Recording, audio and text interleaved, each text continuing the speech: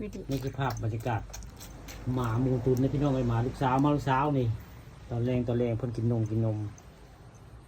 เอามาจากแม่มันอยู่โน่นอยู่เจริญศิลป์เนาะนี่ภาพได้เลี้ยงปลาอีกน้อยได้พี่น้องเลยเลี้ยงมานี่มาพันเนี่ยก็พันโคเดนพันโคเดนเนาะนี่นะอันมาน้อยผู้คนกินนมลูก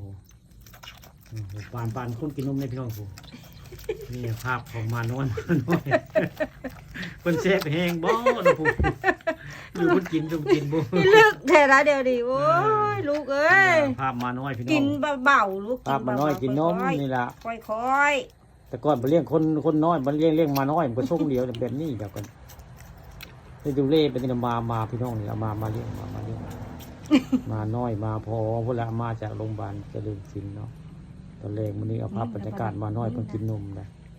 กินใส่ขวดนมปาดเด็กน้อยกินนมเลยครับผมป้าข้ามบ่หายใจเลยบาดนี่โอ้คนกินนมบรรยากาศต่อมันดูนมบนย่างแห้งตื่นนอนเมื่อกี้นี่ตื่นนอนเมื่อกี้นี่หมูตุนจะซื้อเพิ่งกระไดนี่หมูตุนบูฟังเสียงมันดูโอ้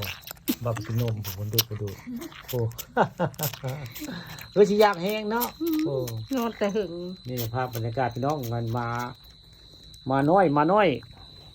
อยกินนมนี่แหละปานเลี้ยงปานคนน้อยเอารถได้นี่ตอนแรงไกลครับมันนี่เอาภาพบรรยากาศมาน้อยมาให้เบิ่งมาให้ชมในมาลูกสาวเอามาจากเจริญศิลป์ประนี่มาน้อย